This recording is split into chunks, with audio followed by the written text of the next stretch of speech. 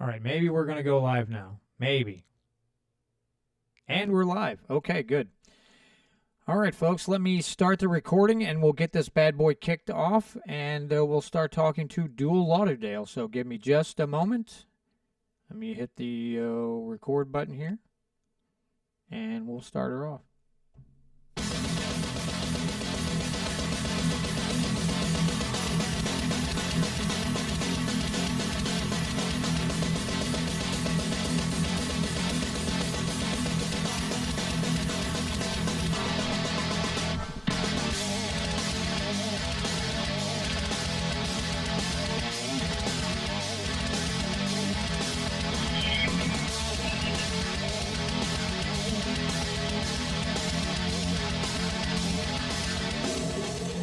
All right, folks, and we're back with another edition of the Missouri Liberty Report. Thanks so much again for joining me.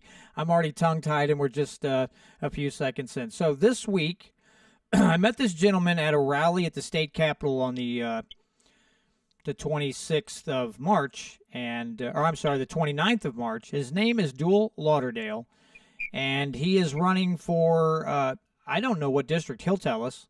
I didn't ask him that, and that is my fault. But he is a freedom-loving individual. So without further ado, Duell, how are you doing this evening, sir? I'm doing pretty good. How are you? I'm doing great. So I guess to kick things off, Duell, if you will give us a little bit of your background, your history, what you do now, and then we'll get into your the topics on the state of Missouri and what things you'd like to work on. Okay, so my name is Duell Lauderdale. I'm born and raised in St. Charles County, and the district I'm running for is Missouri House of Representatives District 103. That's the eastern portion of O'Fallon, about 97-98% of the district. A little bit of unincorporated St. Charles, a tiny sliver of St. Peter's, but the way that they did the redistricting with the Fix to Clean Missouri, I guess last year or the year before, one of the criteria they wanted to follow was to make the districts kind of follow municipal lines when they could. Because O'Fallon is actually one of Missouri's biggest cities, it was pretty easy for them to draw a map where most of the district was within O'Fallon. So, but anyway, my background is I'm kind of a long time involved in conservative and liberty politics. My first involvement in politics was actually as a legislative intern for Representative Nick Schroer. He was a pretty dang good guy, quite a bit of a liberty lover himself. Got in a little bit of trouble yesterday for closing out the day with the "Let's Go Brandon" on the House floor, but I think it was justified. So after that, I was appointed to the St. Charles County Republican Central Committee and then elected to it in the election that came up after that.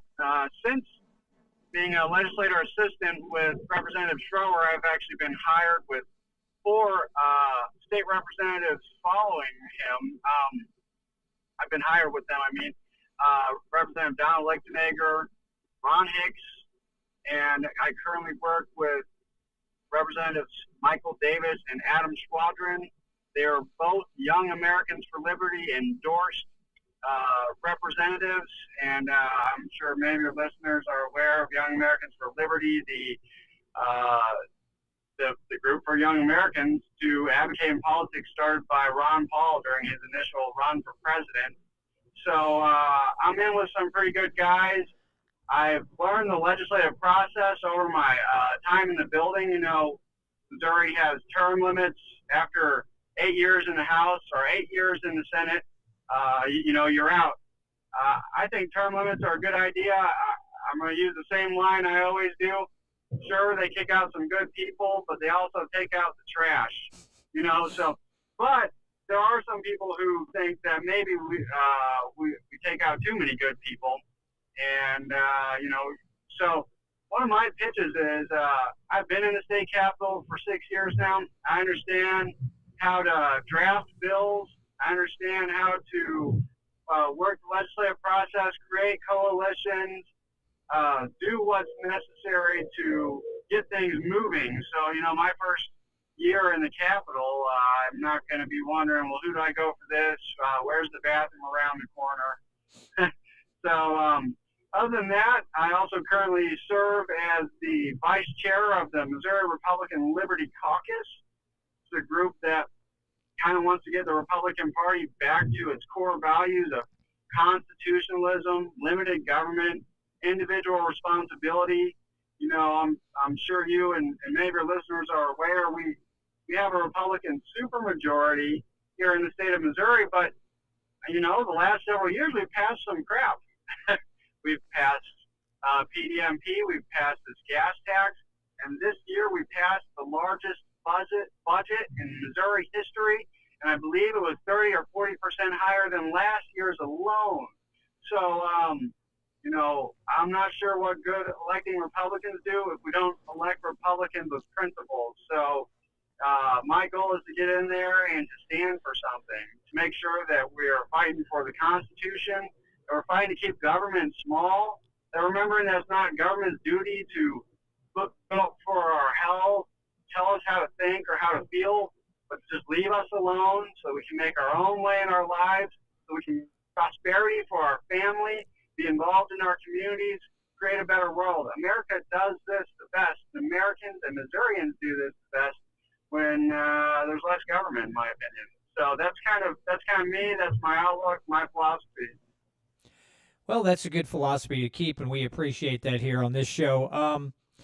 And yeah, you're talking about the budget, and I do know that I guess that's been the goings on the last couple of days, because I've tried to contact my state rep to urge him to work on some bills, and I'm not hearing anything back. Now, I did see something on Twitter yesterday from somebody breaking down the budget as they were, passing different parts of it, and saw that MoDOT wasn't going to get quite as much money as they wanted, but I thought, well, you're getting a gasoline tax, so what the heck do you need more money in your budget for? Because that's what the gas tax is for, right? I mean, now you want you want a bigger budget, plus you want more tax revenue coming out of the gasoline, and that is the inherent problem with government. You give them money, and every year they turn around and they say, well, that wasn't quite enough. We need some more. So, if you don't mind me asking, are there any things? Are there things, bills or anything that freedom-oriented bills that you've helped work on in your career there as an assistant? Yeah, I've actually helped several representatives develop legislation. There's a couple of big ones, and some of them haven't gone anywhere. That's not really a result of me and the people I've worked with not trying so much as the establishment not really giving it time of day. I believe Representative Ron Hicks, one that we had worked on together. And I thought this was relatively mild because I would take it a step further. But we had a bill that will allow you to get basically a medical license for suppressors for guns. And this is for people that are already experiencing some level of hearing loss from guns. Your average American is kind of uninformed about suppressors. I think they have the idea that if a person has a gun suppressor, they're sort of at risk of becoming this James Bond villain who can, take out people in secret and escape in the dark of night. When in fact, a gun with a suppressor still makes quite a bit of noise, but the amount of noise that it is reduced can actually do a lot to protect a person's hearing. And I would actually like to see. I would like to take it a step further. I just believe they ought to be outright legalized for anybody's use. And I have family that live near a gun range in Defiance. I don't mind the sound of a shot of a gun, but I can imagine that maybe some of these gun ranges in these city areas could ask people to use silencers. Suppressors. Silencer is not really the correct term. Suppressor, and maybe we'd have a little bit less gun noise, and people could actually get out and take advantage of their Second Amendment rights without making all that noise for their community. I wouldn't want to require it, but I I think it's not a bad idea for people to take on their own. No, and that's the thing. I don't understand. Again, like you said, when I interviewed Casey Pemberton, he was talking about this, and he said, I told him, I said, I think people watch too many John Wick movies, and they think, oh, if there's a suppressor on the gun, it's just whisper quiet. No, no, not even close. I mean, now the movies are getting more realistic with the suppressor noise, but yeah, no, it's not even close to being silent. Yeah, they treat everybody like they're going to turn into assassins if they have a suppressor, but that's completely ridiculous. I think actually you could call it civilized behavior because you're making your gun a little bit quieter for those around you.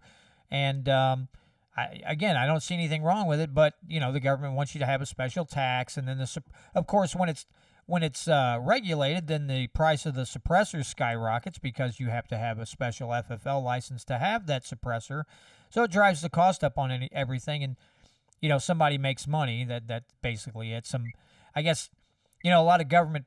A lot of politicians have friends in all these sectors, and they're like, hey, if you create this law, we'll make more money. Ding, ding, there you go. Winner, winner, chicken dinner. So, well, yeah, I agree. We should just say, I mean, we have SEPA now, so we should be able to build upon SEPA and say, you have the right to buy a suppressor if you want to. The thing is, too, you have to purchase a pistol with a threaded barrel. It's not like everybody can go out and buy a suppressor. You have to have a barrel with an end that will fit a suppressor. So that's the other thing. Yeah, some of these things, I don't know. I know that we have SEPA now, which is beautiful, but we still have Missouri laws that mirror federal laws, like, full autos, things like that. I would like to see some of those things go away as well. So let me ask you a question, because, when this gas tax passed, I know it was pretty it was pretty tense in the state houses for that gas tax. Did you witness that? Because I heard, I know, I guess Schatz said nothing's going forward until this gas tax goes through. I mean, what was the atmosphere like at that time when they were trying to push that gas tax through the legislature? Well, I think that, it's kind of a shame to say this, but I do think that and this is part of the reason it passed, there's a certain amount of tit for tat. I don't know if quid pro quo is the right word, but you get this, I get this in the House, and I do think a lot of folks, I'm not going to throw any names out there, but I do think a lot of folks voted for it because they saw it as a route to move other stuff they were favorable to through. And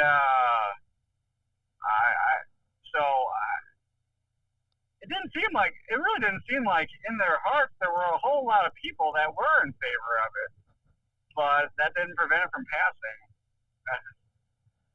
Yeah, I everybody I talked to, just like, people in the general public, hated the thought, especially at the time, again, because of the what they call the beer flu, or whatever you want to call it, because of everything, of all the reactions and the regulations and how they ruined the livelihoods of a lot of people. And then they want to turn around and raise the gasoline tax. And I thought, now here are a group of guys and gals who are completely out of touch with their constituents. That we saw numerous businesses be shut down, a lot of, many of them who will never reopen. And on top of that, to add insult to injury, they're like, oh, by the way, we'd like to add, was it when it tops out 12.5 cents more per gallon to your gasoline? And I thought, it's like they were oblivious to everything else that was going on around them, and they were hell-bent on getting that passed, and it just makes no sense. But on the topic of taxes, what are your thoughts on eliminating the personal property tax, maybe the Missouri income tax? What are your thoughts on those taxes? Well, if we can find a coalition to do it, I'm in favor of both. And actually, I'm making the personal property tax issue kind of one of my stumping points, one of my pledges in my campaign. And really what bothers me about the personal property tax is kind of this idea that you don't really own stuff. And I believe that the government was created to protect our life our liberty and our property. Government is not here to, like I said earlier, raise us cradle to grave, tell us how to think, what to feel, or how to go about life. It's here to protect our right to make our own way. And the simple fact is, the personal property tax is not an optional tax. And if you're a working class person, if you're a middle class person, you have to find a way to get to work, make your money to pay your bills.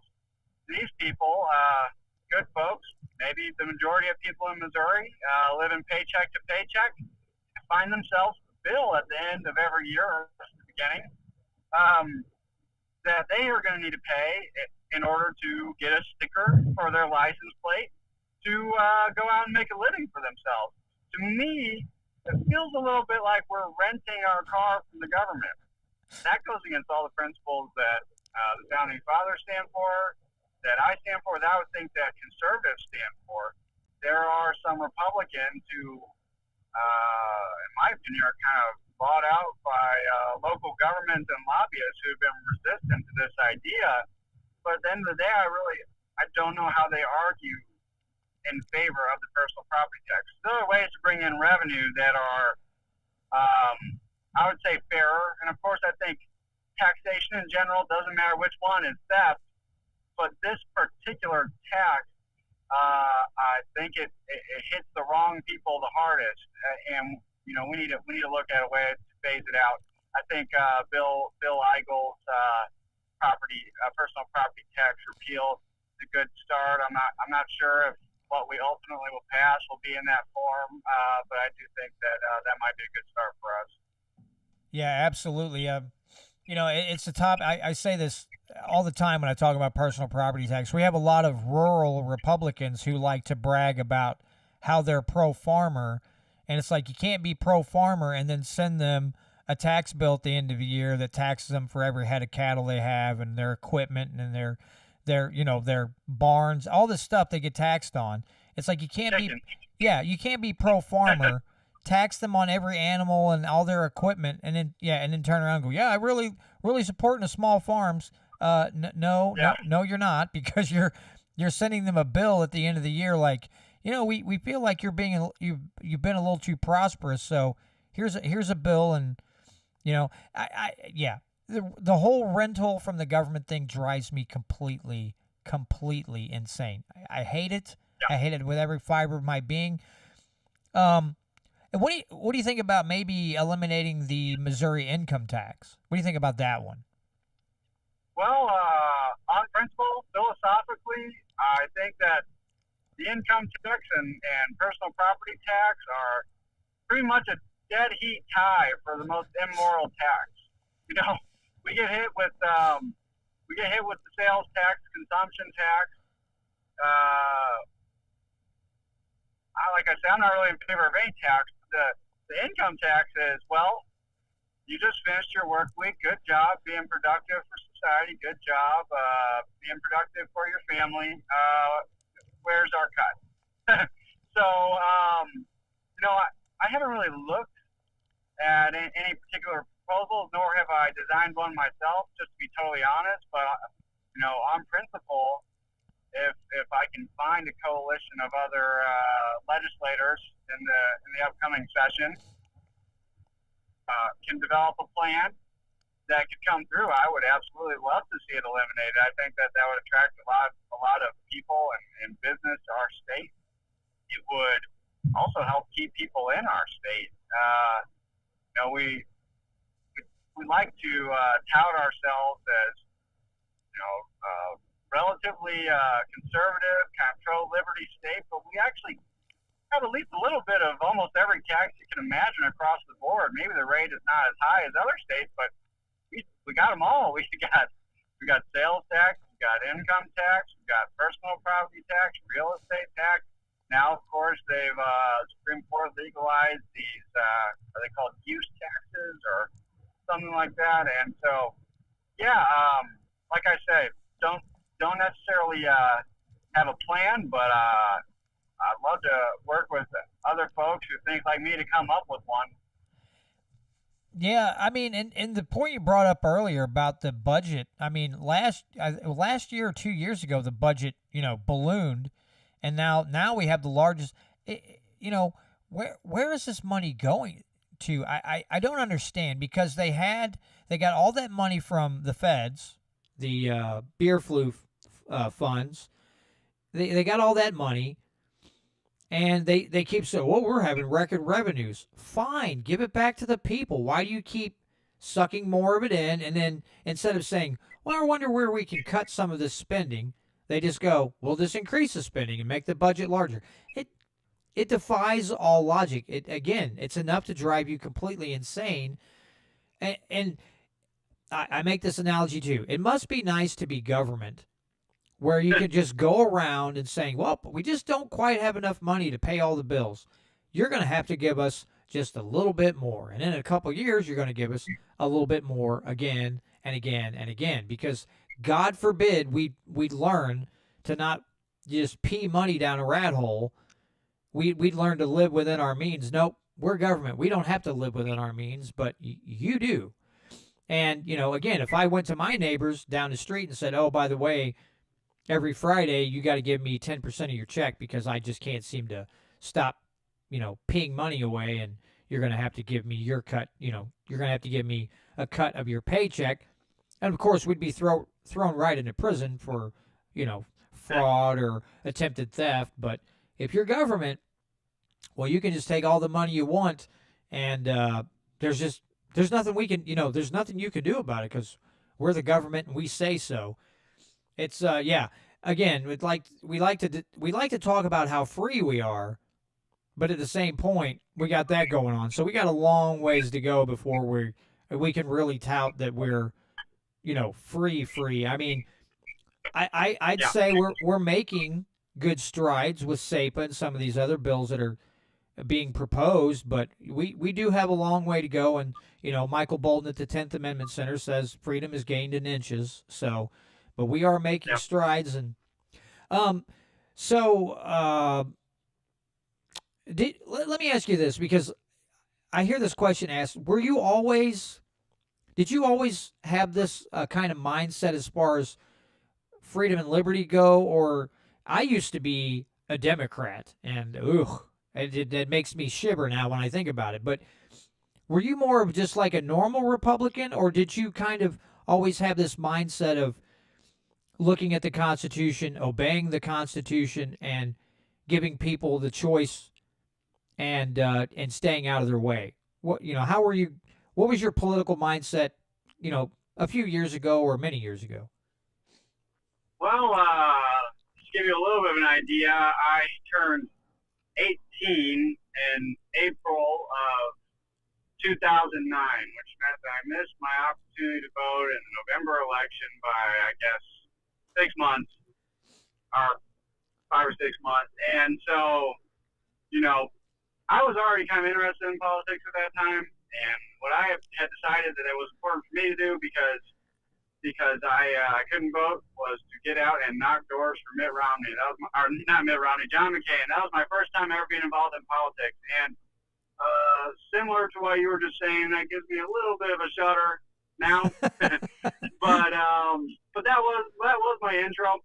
And actually, in college, I went to Mizzou for college, and I'm not really afraid to talk about this because as part of my spiel, I had a little bit of like a liberal Democrat phase. And I actually think that learning those ideas and then unlearning them helped me understand how they were wrong even better. And I think that there's actually a whole lot of really solid conservative libertarian types who actually did start off kind of on the left, and because they were trying to be rational and open to ideas and to learn about stuff, they kind of naturally gravitated towards a constitutional conservative libertarian position. And so how I gravitated there, I always tell people that it was actually the evidence.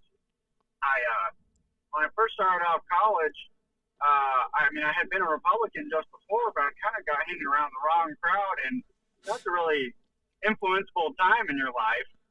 But actually, by the time I had finished college, I had a couple of professors who were middle of the road, And actually, a lot of people don't know this, and I'm not sure if he still is, but the chair of the political science program at Mizzou was a Republican.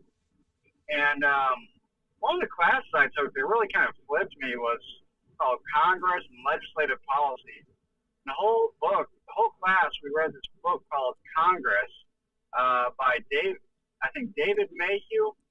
And the thesis of the book was this. Almost everything that members of Congress do is in order to gain re-election.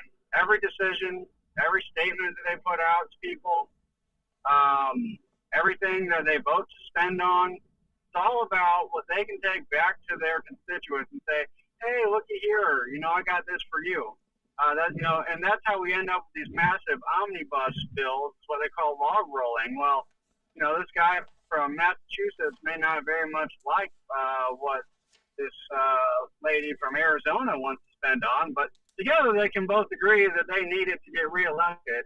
And so, I'll go ahead and say yes, and you go ahead and say yes, and we'll pass this through. And this guy wrote this book back in the 60s, but he was already talking about how this kind of basic practice and idea was ultimately going to lead to higher and higher and higher debt. And to me, it made me realize that, some of these left-wing politicians that I thought were for the people and kind of standing up for people, they weren't doing that for the people. They were suggesting all of this reckless spending because that was their ticket to re-election. And it kind of changed my whole view, made me a little more cynical. And that cynicism led me towards the view that what we really need is a limited government where, most of the money that changes hands in this country happens between private individuals and a free market economy where that will actually naturally lead to money going to things that need to be taken care of versus the government cronyism that we see with more and more government spending. So I like to tell people that I came to conservatism, libertarianism by logic and by learning.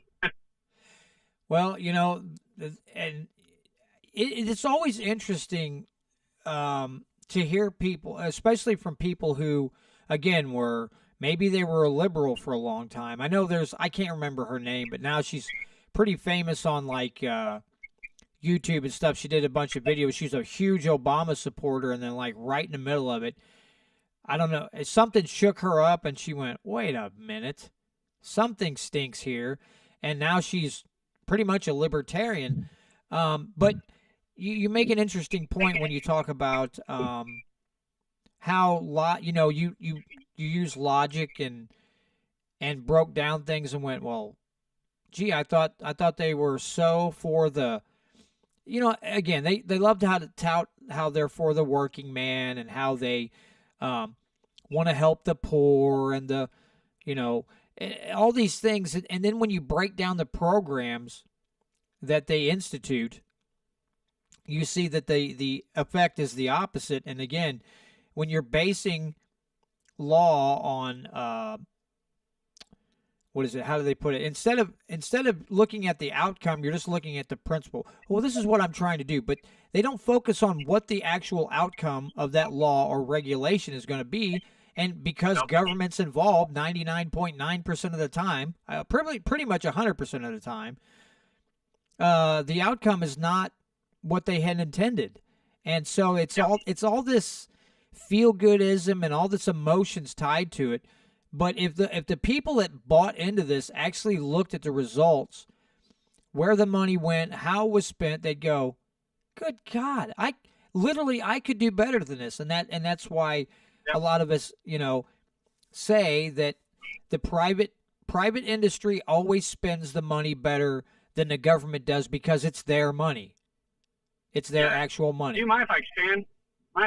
On that a little bit? No, go right ahead. So, I'm the kind of person that's willing to talk to everybody. And it may be foolish, but I do think that a lot of people on the wrong side of issues just don't have the information. And one of the first lines that I tend to pull out when I'm talking to a liberal Democrat, an individual who is really kind of a believer in welfareism and government economic intervention is I believe that their goals are laudable. I think that every American should have housing. I think every American should be able to put food on their table. I think every American should be able to send their kids to a good education. I believe Americans should have disposable money to go on vacation, to buy themselves things that they like and enjoy. I think that Americans should amass enough wealth to live comfortably until old age without concerns for their security economically. I just don't believe that their way of getting there is the way to do it. And I think that kind of opens some people's eyes because one of the lines from the left is, well, you just don't care about poor people. You don't believe in this program, which intends, as you were mentioning, intends to do this, intends to help the poor eat, intends to help the old live with security. And therefore, you're against that in general. Absolutely not are we against that. The economic conservative, the economic libertarian is for all of those things. And the truth of the matter is that we have a better way of getting there. And it might not be perfect. In fact, it almost definitely won't be perfect. But if we look at what the government has done for these causes, it's definitely not perfect.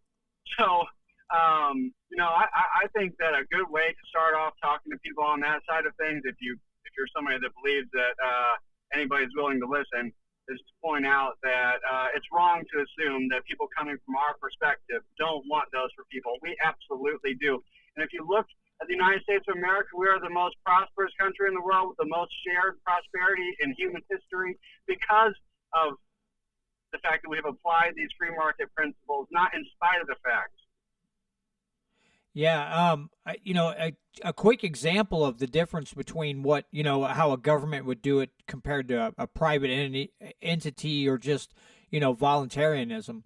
In Forest Park, a few, years, I don't remember how many years ago it was, they went around and took donations, and the people went out and fixed Forest Park up. Now, it turned out way better than if they would have given the money to the city and said, hey, go fix up Forest Park and make it look pretty. No. The volunteers, the private sector went out and did this with their money. And of course, it turned out way better than what the city of St. Louis would have done. That's a prime example of how, because it was, the people that were doing the work knew the money came from working people. They spent it wisely. They did a great job. The city wasn't involved. And it turned out beautifully. And I think you could use that example on almost anything that we see, because even where I live, we have this sports complex. Like, they got a grant from Pepsi. They started building it, said, oh, we're going to have 4 baseball fields. We're going to have this. And the city really won't have to really get involved. And now they're begging for the city to get involved. And it's like, no, wait a minute. You guys went and promised all these things. And again, for the umpteenth time, now you want the city to take it over. And I think that's what bothers me. I don't care that someone wants to build a sports complex so the kids have a place to play t-ball and baseball, softball, whatever. What bugs me is when you promise the government, you promise city officials, you're going to do this, and you got all these volunteers, and then, several years down the road, the project's probably not even a quarter of the way done. They screwed it up from the beginning, and now you want the city to come and rescue you. That's the exact opposite of what we need people to do. If you're going to do it, fine, but for the love of God, don't make everybody in town pay because you screwed it up. And that's what happens so many times. Absolutely. Okay, so let me ask you this, and this is, answer however you like, but let's say you get elected. What are some of the things that you would like to work on as a state rep here in Missouri?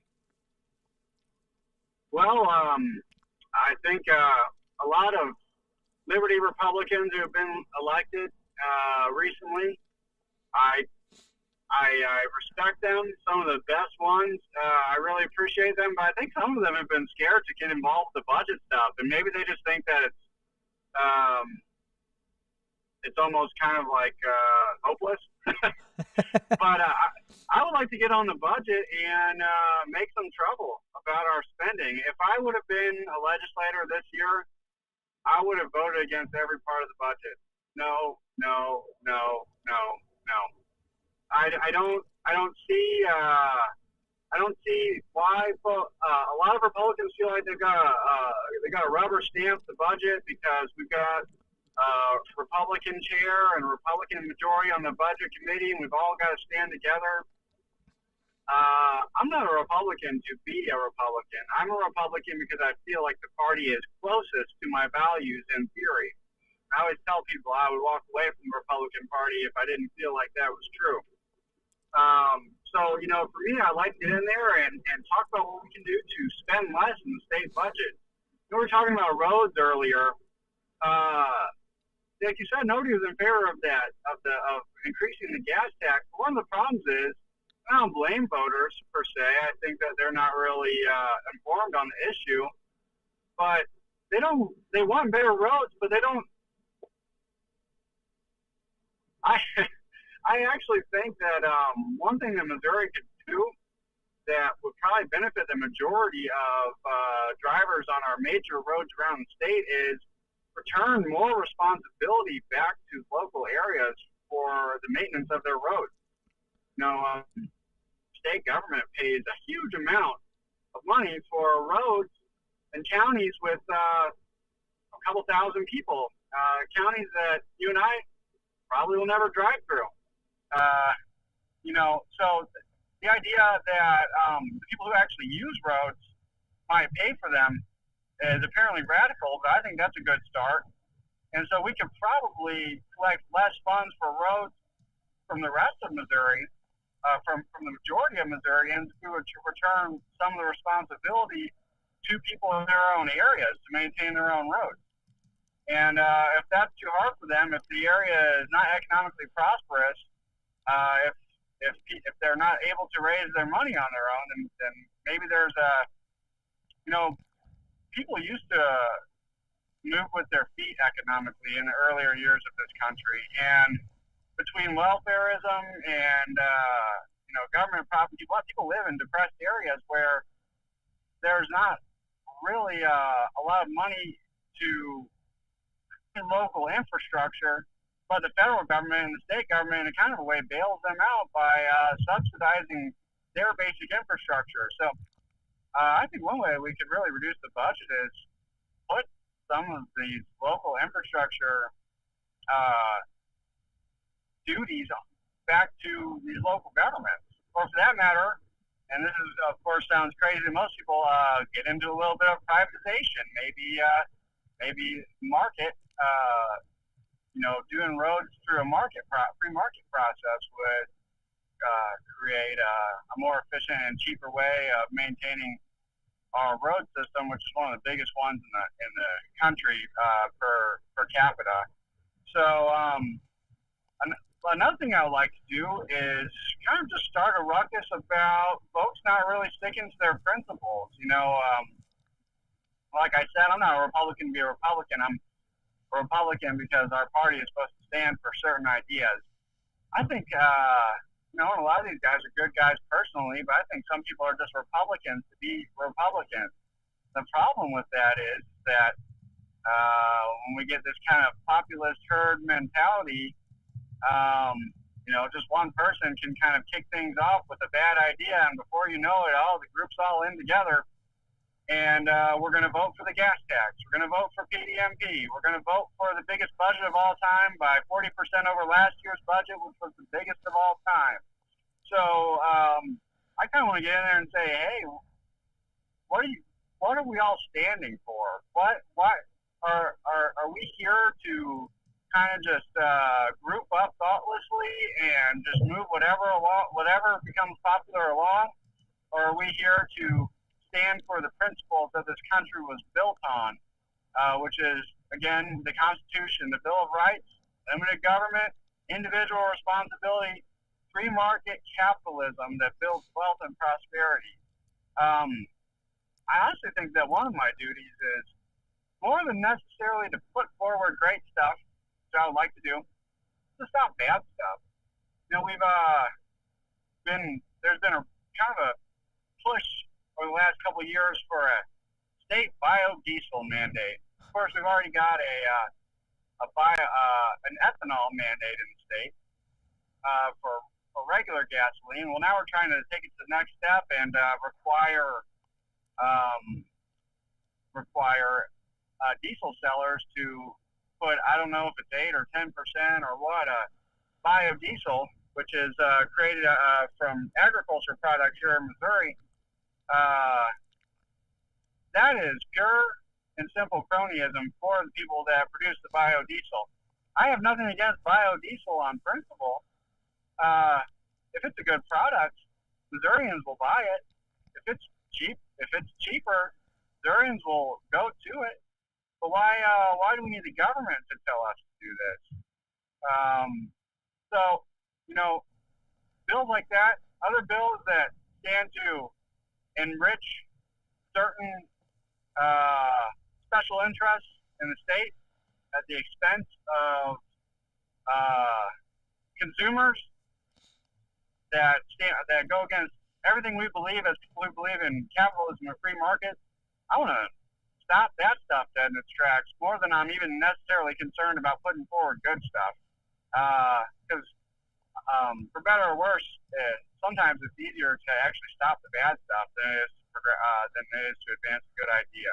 So, Well, you bring one of the things that I like to hear from people who are in office or are running for office is when they advocate for pushing things back to the local level.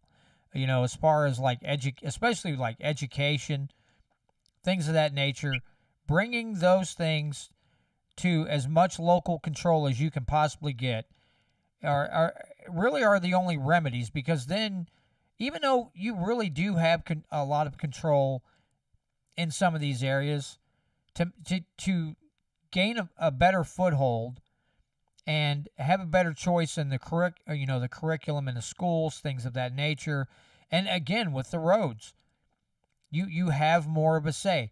And I can't think of any reason why someone wouldn't want more say in what happens in their local area. Now, again, talking to some people, they, even here in the state of Missouri, even though we've done, some good things have been done, a lot of people just still seem apathetic, or they simply do not want to get involved. And I know from talking to people that, sometimes you don't have to make 1,000 calls to state reps to get them to do something. Sometimes it's 10, 15 phone calls, and they know that people know what's going on, and that causes a reaction. They go, oh boy, they understand what's going on, and I better do my job or I might be in trouble. And so it's nice to hear that. I hate it when people say, oh, we got to get the government more involved in, education, or that should be the complete and opposite reaction you should have. You should be running as far away from that mindset as you possibly can. But that's a lot of people's natural reaction because of the way we're, something else. Educating people on how free you're supposed to be, that your state reps actually work for you, that you can tell them, this is what I want you to do, and here are things that I don't want you to do. And you can either choose to do it, or we'll find somebody else that will. But there's a lot of apathy. And again, because of the way the economy is, people are spending more time working and traveling to and from work. And they feel like by the time that's all over with, now, how in the heck am I supposed to call my state reps when I'm at work? Well, there's a thing called email. Email them. Call them after hours and leave them voicemails. Anything that you can possibly do to gain their attention, to say, hey, we're paying attention, and, either open up your ears or, find a different line of work. So I know we've talked about, let me ask you on that subject. What would you like to see done as far as because this is a hot topic right now in education. What would you like to see the state do or not do in the realm of the public education, or as my friends like to call it, the public fool system? What would you like to see done as far as, people that want to homeschool or go to private schools, any of these things? What would you like to see happen as far as education in the state of Missouri? Well, I like to see the basic idea of school choice taken as far as possible, and that includes homeschooling. I don't have any kids yet, but with the way things are looking these days, the idea of homeschooling is becoming more and more attractive. I think we just passed a proposal to allow what they call open enrollment, a limited version of open enrollment. The schools have to accept the students from the other schools. I would like to see practically every school choice proposal advanced. More than that, I would like to see probably the state and the federal departments of education just eliminated. A lot of people, even people that were alive at the time, they seem to have short memory, are not aware that the federal government Department of Education, I believe it's less than 50 years old, or maybe a little more or less. For most of our country's history, it's just education was just not the federal government's business. I'm not totally aware of how long the Department of Elementary and Secondary Education has been around in Missouri. But I do know one thing for sure. Americans were not just idiots until our state and federal governments developed these departments that try to standardize education and take out all of the,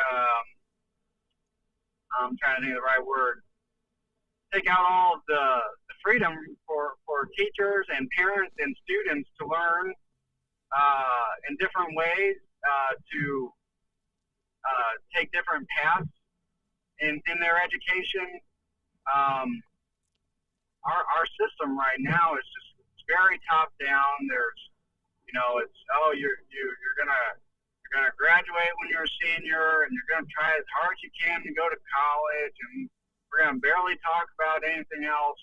I would like to see our education, generally speaking, decentralized, return to the local level, return to the family level when possible, or if families want that, and to create kind of like a freer, more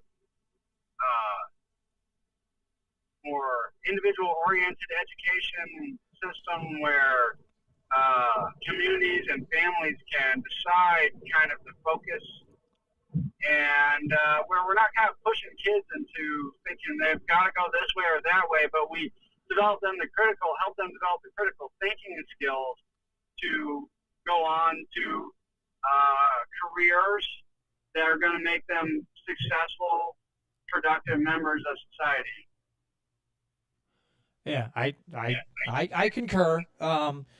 It is a problem. I know, like Micro, he's testified in front of Congress before saying, when I was in school and I went into my career, my counselor's office, and there was a poster on the wall, and one guy's in a suit and tie and the other guy's in coveralls covered in grease, and it says work smarter, not harder.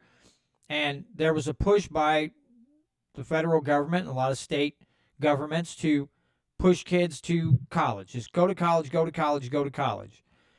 And now, how many people are out there right now? How many of these people have graduated college that have useless degrees, no job in that area, mounds of student debt, and now what are they doing? They're hollering for someone to pay their student debt off for them, or just, take it away, wipe it out.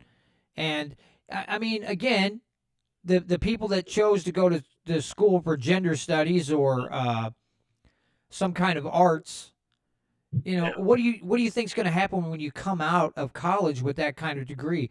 And at least teach the kids, hey, here are the job fields that are growing, and this is a growing trend in this job field. Maybe if you want to go to college and this would interest you, here's your best chance of having a job in these fields if you get a degree. Not, hey, just go to freaking college, don't be stupid, and you don't have to get dirty every day. Well, in order for this economy to work and in order for people to fix things, some people have to get their hands dirty. And there's something wrong when um you basically classify people who work with their hands, um you treat them like crap because they don't have a college degree. I don't understand that Well, yeah, mentality. I'm sure you've noticed as well as I have that it seems like these people with dirty hands and dirty faces are making a lot more money right Yeah, you get into certain trades, absolutely you're making darn good money, and there is absolutely nothing wrong. I mean, do I wish that I would have went to like tech school or something and gotten to IT work? Absolutely. But I make pretty good money now, and I work at a place that makes you know, power transformers, single and three phase transformers, and I make a decent living, so I can't really complain. Um, Now, I don't know how much time you have left, Duel, because I'm coming up in about five and a half minutes. I got to cut for the radio, and then I can continue on recording. But I'm trying to think of some other topics that. Okay, let me just ask you your opinion. What's your opinion on the Second Amendment Preservation Act? now. Well, I think it was great. I mean, I kind of think that we need to go further. I'm the kind of person that I mean, this is not something that I can do, but the NFA. I mean, why do we have that? And I'm not going to be original. This is not the first person who's ever said it. But the ATF, alcohol, tobacco, firearms, that should be a store, not a federal department. As far as I'm concerned, SAPA is a first step, not a final step. And like you said, liberty's made in inches. I'd be willing to support any proposal that takes our Second Amendment rights further. I think that the text and the intention of the Second Amendment couldn't be any clearer. And right now, we're kind of letting the federal government tell us that it's not clear, and we're kind of going along with it. So I'm a big fan of nullification in general. If you went to the 10th Amendment Center's website and found a proposal on there for nullifying federal gun laws, I would be in favor of it. Yeah, I think even the people who helped draft SAPA would say that we could go farther, and I know they would completely agree with that because it does say shall not be infringed, so that means across the board, not you can't infringe on anything, but you can limit magazine size. And here's the thing: I know the reaction to that is people are going to say, well, the founders didn't foresee the technology advancing. Really, you had the was it the pickle gun? That was a flintlock type of a machine gun type. It was like a turret based flintlock gun. That there are blueprints from that. When the founders were here, so that throws that logic right out the window to say, well, they didn't foresee. They foresaw so many other things, how government could become tyrannical, and you're going to tell me they just somehow overlooked the technology and guns? That's completely idiotic. Let's extend that logic to maybe the First Amendment. Well, the government wasn't aware that one day we were going to have computers that could simultaneously connect us with billions of people around the world. So, why not block the right to communicate ideas on the internet? I mean, there may be something dangerous to the ability to simultaneously communicate with billions of people on the internet. They had no idea about computer or internet back then. I think it's time to limit people's speech on the internet. Well, yeah. I mean, I know where you're going with that, but good Lord, if you told them that and they couldn't push their if they couldn't push their loony lefty ideas on the internet, those people would become apoplectic. They would just completely lose what little minds they have left. It would be fun to watch, just as a joke, like get a president that's actually get a Congress that actually loves freedom and go, all right, so if you're a lefty, you can't say anything online, and then just sit back and watch the absolute nuclear meltdown of the minds of these fanatics. So, But before I let my radio audience go, Duel, do you have a website or anything for people to go to? Yes, absolutely. Thanks for asking. It's lauderdaleformissouri.com, Lauderdalefor, Missouri.com. I've got Facebook, Lauderdale for Missouri, and Twitter. You can follow me at Duell Lauderdale for HD103. All right, I will get your website in the show notes. If you would after this, if you would text me all your social media links because I can't write fast enough, and I'll be sure to put that in the video description so that anybody that wants to go there can see those things.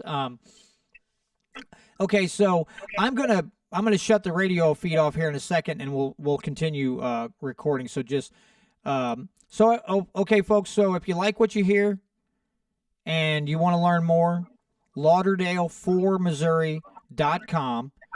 Also, don't forget to check out molibertyradio.us. Don't forget to check out governamerica.com. Don't forget to check out keygatheringplace.com or keyradio.live, excuse me. And don't forget to check out Missouri Initiative, oh my God, I can't talk. MissouriFreedomInitiative.com. And we'll cut there.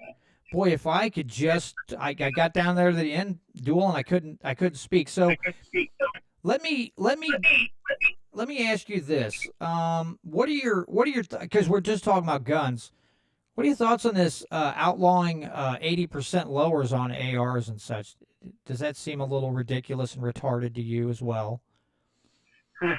Yeah, I mean, maybe not retarded, but sorry, because I wouldn't generally say that. But I get what you're going for, and yes, I don't think that we should ban any level of guns, 80%, 90%, 70%, whatever percent you can come up with.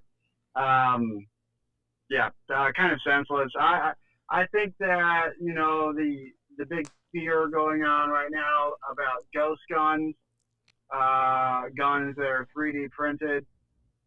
Liberals are coming to the wrong conclusion. The fact of the matter is, the fact that these things can be created is the death knell for gun control. It's not the reason to call for more of it.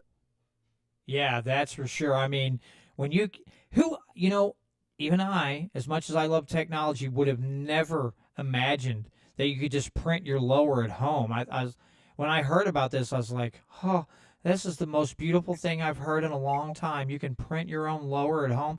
I never thought, well, gee, that's a little shady, because you're just knocking the middleman out. You're knocking out the government. You're just knocking the middleman out for printing your own lower. I think that's amazing. Now, Voodoo Queen here made a comment talking about education earlier. She said mid-'60s is when school started indoctrination of what was taught and how. I was part of a program called New Modern Math. I was an A student before in math, a D student afterwards. So that's like this common, it's like this common core math that they're teaching now. I'm thinking, you're literally making it more complicated than it has to be. Yeah. Oh, definitely. It's all, I mean, like my kids are out of that. They won't have to deal with that. But I actually heard a parent say, well, sometimes they use music to teach math. And I thought, yeah, but you're doing it as a blanket approach. Government does that one-size-fits-all approach, and that one-size-fits-all never works. It's just like prohibition. Prohibition never works, and a one-size-fits-all approach also never works. And some of these parents still go, well, I don't understand why my kid's not doing so well in school. Well, good Lord, people, wake up and smell the coffee. Look at how just the way they teach has changed. I had an English teacher that I really liked in middle school. She was so awesome, and I saw her years later, and she was getting closer to retirement. And I said, do you still enjoy teaching? And she said, I like teaching. She said, but now I'm given a curriculum, and I'm told if I stray from it, I don't have a job. She said, so I cannot change anything. I have to teach it exactly the way it's in the book, or they'll just find somebody to take my place. And she said, so even though she still enjoys the interaction with the kids and getting to know them and teaching them, they've sucked the joy out of teaching for a lot of people by Yeah. this, this standardization works good in industry and some things, but in education, standardization is not. It doesn't seem to work. And then again, all we're doing is teaching kids how to pass a test, so the schools continue to get money. Yep. Yeah, my wife, both her parents are teachers, and she's actually an online teacher and tutor. And I've talked with her a whole lot about this, and she actually creates her own lesson plan because she is a teacher not with like a state accredited school or something, but just with a program called Varsity Tutors, where you kind of develop your own. You prove that you're educated in a certain field, and you develop your own system for teaching certain lessons and ideas to your classes. And she has found that a lot of her students, her parents are really happy with her because her kids are learning stuff that they have a really hard time learning in school. And it's because my wife, being able to develop her own lesson plan from top to bottom, has found her own way to communicate ideas to make them fun and interesting. If she's trying something and it's not working, she's not married to that. She can go on and try a different way of communicating and teaching these ideas. And that kind of just goes back to what you're getting at. The standardization, it's great for creating shoes in mass, and it's great for creating outfits for members of the Army, but it's not so great for building young, creative, critical thinking minds. Absolutely. And if people want an example of how localization at the school levels could exceed what we have right now, the example you just gave us is perfect for that. That there are people out there, and I'll give you an example. When my son was in like third grade, the teacher could be at the board writing out a problem or something. And she said I could turn around and ask the kids, say, how many of you got it? How many of you didn't get it? And she said it's like, 70-30. 70% got it, 30% didn't. She would ask my son, well, did you get this answer? And he said, yes, but I got it a different way. And she said, okay, come up and show me how you got to your result. He would line it out on the board, and she said, the next thing you know, the other 30% got it. So it's like, oh, and that's all. That's literally, the solution is so simple, but we need examples like that, and we need to let others know, preach that there are other better ways, more efficient ways, more and certainly less expensive ways of educating kids, teaching them what they actually need to learn, and and we go from there, and we'll see much better results. So so Gary Wright says, used to have to pass a civics test about the U.S. Constitution before you could graduate back in the 70s. Now they want to burn it. That's another thing, as you well know, Duell, that's gone by the wayside, is teaching how your government's actually supposed to perform and the U.S. Constitution, and that's how we got into the place we're at now. Well, I actually have a point on that before you get any further. Sure. It's still a requirement in Missouri to pass a test on the state and federal in the U.S. Constitution. That's just a testament to how little, once again, the whole standardization of things is. They're required to pass it.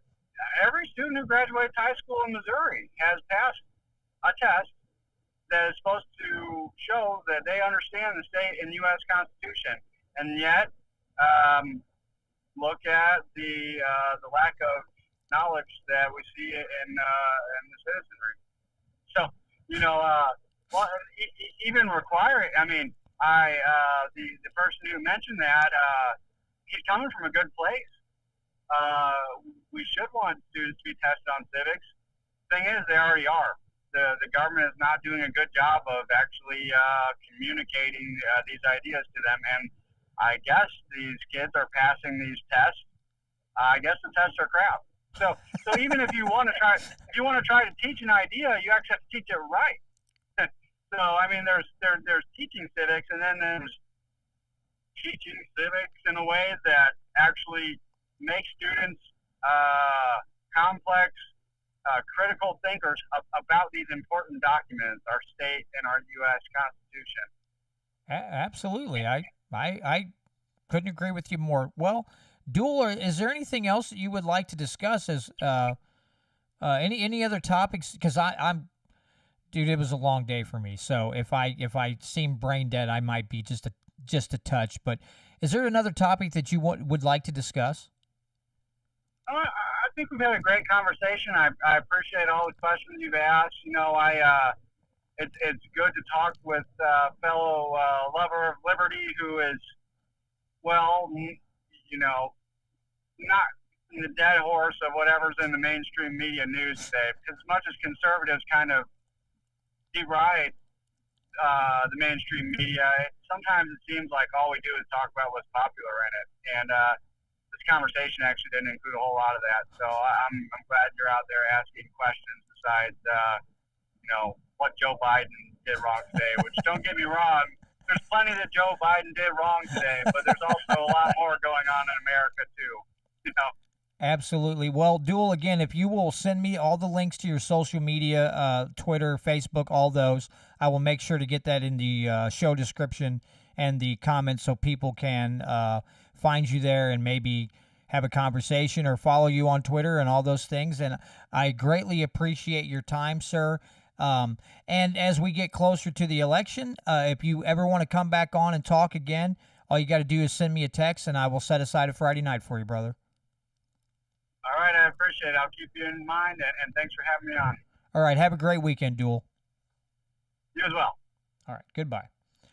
All right, folks, that was Duell Lauderdale, and I hope you enjoyed what you heard. I mean, I think, and I try to ask open questions. I try not to lead my guest. I just ask them a question. What are your thoughts on this without pointing them in the direction that I want to go?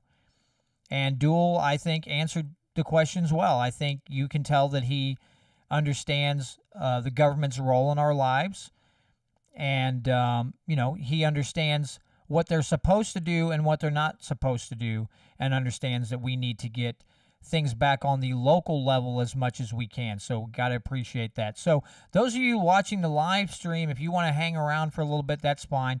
I'm going to cut the recording off and we can just chat here for a few minutes if you want. But to all of those who download, listen, however you get this podcast, I greatly appreciate all of you. Those who watch the live stream every week and comment, also greatly appreciate you all. Again, don't forget to check out MOLibertyRadio.us, GovernAmerica.com, KeyRadio.live or KeyGatheringPlace.com, and also MissouriFreedomInitiative.com. And then if you want to check out our guest, Lauderdale, LAUDERDALEFOR, Missouri.com. That's Lauderdale4Missouri.com. I hope you all have a great week, and we'll talk to you all next week. And thank you all for joining in on the live stream. It's good to see Gary and Voodoo Queen and Missouri Freedom Initiative and Ganai and Jonathan Ashley. All of you who came in tonight, I appreciate you joining in and the comments and everything else. Again, I hope you liked what you heard from Duell. I think he's going to be another one that we need to get out in the spotlight and let people know about him and help him win his election, because I don't know who he's running against. He didn't say when I talked to him at the rally, but he did say that he's running against establishment type people out of his area. So, let's give the guy a chance and let's get his name out there. And I think we'll, that's all we can do, folks, is tell people about him, let them make up their own minds. And try to get the good guys elected, those who will listen to us, who will adhere to the Constitution, adhere to the ideas of free market capitalism, the Constitution, the important things that we supposedly, are based on, and that we've, as a country and even as a state, we've kind of gotten away from. So, anyway, have a great night, everyone. I will see you all next week at 6:30. And I think next week I'm going to have on, if I can get them lined up, I will have on Sam and Trish Britton from MOLibertyRadio.us, because I think it's important that you hear their story and hear about their network and the things that they've done. And I'm doing this because I want people to understand that we need more freedom networks out there. We need more people doing this kind of thing if they can. Now, they put a lot of time in. But, it's even the simple fact is you can pull someone else's stream and run your own internet stream and pull someone else's stream for them and get more traffic. I mean, I've done that for them. I've done that before, and it's it's a joy. They're really great people. So hopefully I'll have them on next week at 6:30 p.m. I try to do this every week at 6:30 p.m. and Patrick helped me with a mistake that I made with setting up the reminder for my live stream. I had it set as private, not public, so I will make sure I fix that next time. So anyway,